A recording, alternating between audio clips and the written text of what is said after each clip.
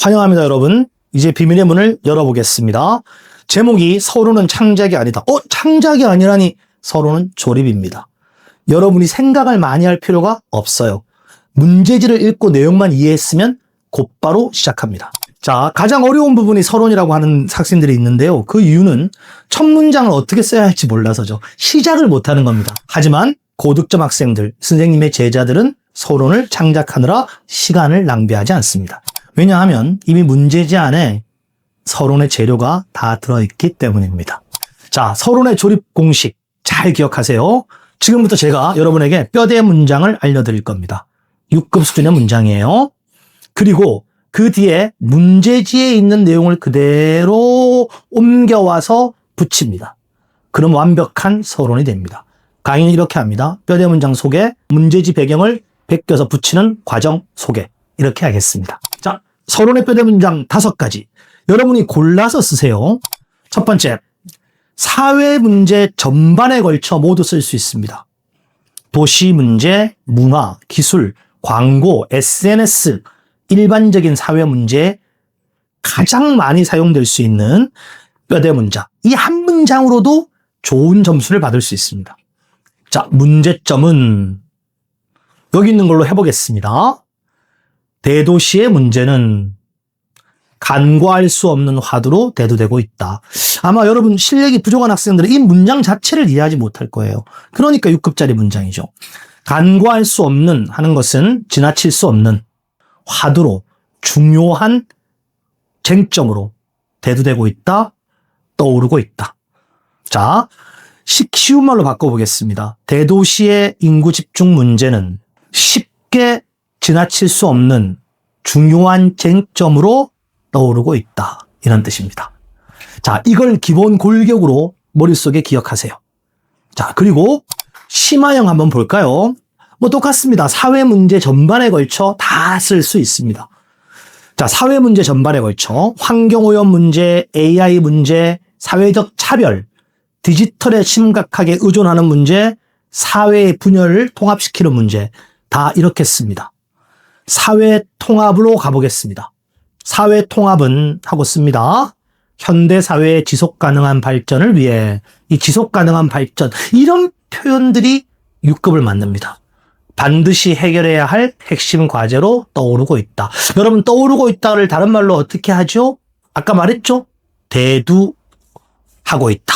이렇게 써도 됩니다. 어때요? 요 두 개가 번갈아 쓰면 됩니다. 사회 문제 안에서는 이렇게 쓰면 정말 기가 막힌 문장이 됩니다. 첫 번째, 두 번째만 써도 상관없지만 더 심각한 문제라고 판단이 되면 이때는 사회 문제 말고도 쓸 수 있습니다. 현대인이 받는 스트레스 문제, 현대인들의 우울감, 약물 중독, 경쟁사회, 사회적 갈등 이럴 때 쓰는 말입니다. 이때는요. 간과할 수 없는 화두로 대두되고 있다 해서 이것만 바꿉니다.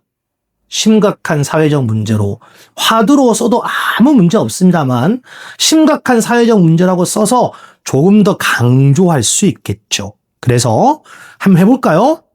자, 경쟁사회는 간과할 수 없는 심각한 사회적 문제로 대두되고 있다. 첫 번째 스트레스를 해보겠습니다. 현대인의 스트레스는 간과할 수 없는 심각한 사회적 문제로 대두되고 있다. 이렇게 씁니다. 여기 혹시 모르는 어휘가 있으면 뼈대 문장에서 선생님의 전자책에 자세히 설명되어 있습니다. 다음, 긍정주제형. 이건 지금까지 배운 것과 좀 다르죠. 지금까지는 주로 우리가 해결해야 될 문제, 사회적 문제, 개인적 문제를 다루었는데 이제는 보통 성장시키고 발전시켜야 될 긍정적인 재료들도 있죠. 자원봉사, 독서문화, 운동, 공동체, 문화생활 이런 것들은 다 긍정적인 거잖아요. 이때는 그냥 이렇게 씁니다. 간과할 수 없는 중요한 화두로 대두되고 있다는 걸 똑같이 쓰고 앞에 중요성은 이렇게 붙입니다. 자원봉사의 중요성은, 독서의 중요성은, 운동의 중요성은, 공동체의 중요성은, 문화생활의 중요성은 어떻습니까? 완성이 되죠. 자, 그 다음 이거 한번 해보죠.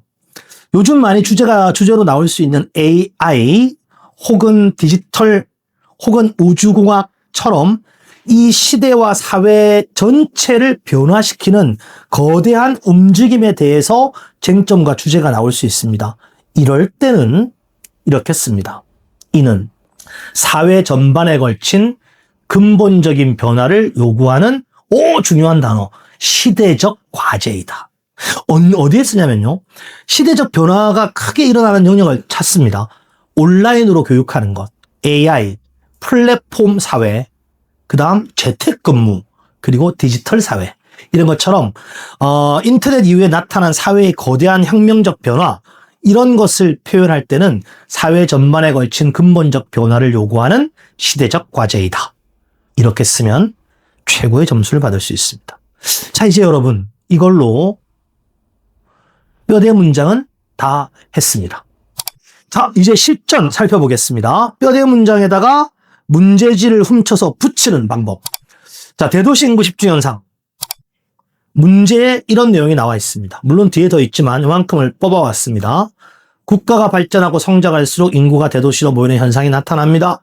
그리고 그에 따라 주택 문제, 교통 문제 같은 여러 가지 문제가 생기게 됩니다. 사회적 문제에 대해 다루고 있군요. 그리고 이제 그 뒤에 이제 이렇게 나오겠죠. 자, 여기서 그대로 조립을 해보겠습니다. 자, 사회적 문제니까 이렇게 씁니다. 대도시 인구 집중 현상은 간과할 수 없는 화두로 대두되고 있다. 가장 기본적인 걸 썼습니다. 요 뒤에 뭘 붙여야죠. 문제집에서 가져옵니다. 첫 번째 문장을 한번 붙여보겠습니다. 이렇게 붙입니다. 자, 첫 번째 문장이 이거였죠. 국가가 발전하고 성장할수록 인구가 대도시로 모이는 현상이 나타나기 때문이다. 때문이다만 붙이면 되네요. 완성은 이렇게 됩니다. 현대사회에서 대도시 인구 집중 현상은 간과할 수 없는 화두로 대두되고 있다. 뼈대 문장, 문제지에서 훔쳐온 문장으로 때문이다를 붙입니다. 완성입니다. 다음, 환경보호와 경제성장. 사실은 이게 두 마리 토끼를 다 잡아야 되는 거죠. 그러니까 둘 다 중요한 문제입니다. 사실 이런 문제는 결론을 잘 쓰는 게 중요한데요. 이 결론도 다음에 결론 강의할 때 이런 문제의 결론은 이렇게 써야 한다. 이걸 제가 바로 보여드리도록 하겠습니다. 일단 오늘은 서론부터. 환경보호 경제성장은 중요한 문제죠. 그래서 문제부터 보겠습니다. 인류는 눈부신 경제발전을 통해 물질적인 풍요와 편리함을 누리게 되었지만 그러나 심각한 환경 파괴에 직면하게 되었다. 경제발전과 환경 파괴에 대한 이야기를 했군요. 그래서 환경보호와 경제성장은 현대사회의 지속가능한 발전을 위해 반드시 해결해야 될 핵심 과제로 떠오르고 있다. 두 번째 얘기했던 거네요. 두 번째 심화편. 그래서 심각한 문제, 해결해야 될 문제일 때는 반드시 해결해야 될 핵심 과제로 대두되고 있다, 떠오르고 있다. 지속 가능한 발전을 위해서. 이 문장을 외웠다가 그냥 갖다 붙이면 됩니다. 그리고 뒤에 있는 문장은 여기서부터 여기까지. 무분별한 개발로 인해 심각한 환경 파괴에 직면하게 되었기 때문이다. 여러분, 어디에 있었죠? 자, 바로 여기 있었죠. 무분별한 개발로 인해 심각한 환경 파괴에 직면하게 되었다라는 이 문제지의 문장을 때문이다로 붙여서 자연스럽게 서론을 완성했습니다. 자, 하나만 더 보여드리겠습니다. 현대인의 스트레스, 사회 문제니까 심각한 사회 문제이다라고 해도 되고 중요한 화두로 떠오르고 있다, 대두되고 있다. 이것도 문제가 없습니다. 자, 이번엔 뭘 써볼까요? 고릅니다. 3번 골랐습니다.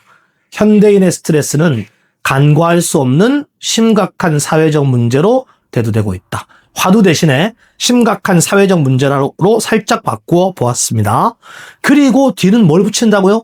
문제지에 있는 내용을 그대로 갖다 붙입니다. 그리고 때문이다를 붙여보죠. 자, 여기까지가 뼈대 문장. 현대사회가 복잡해지면서 많은 사람들이 스트레스를 경험하고 있기 때문이다. 이렇게 붙여서 의미가 통하잖아요. 스트레스는 심각한 문제다. 왜냐하면 많은 사람들이 점점 스트레스를 경험하고 있기 때문이다. 이걸 문제에서 가져와서 말이 되게 조립하는 겁니다. 자, 여러분.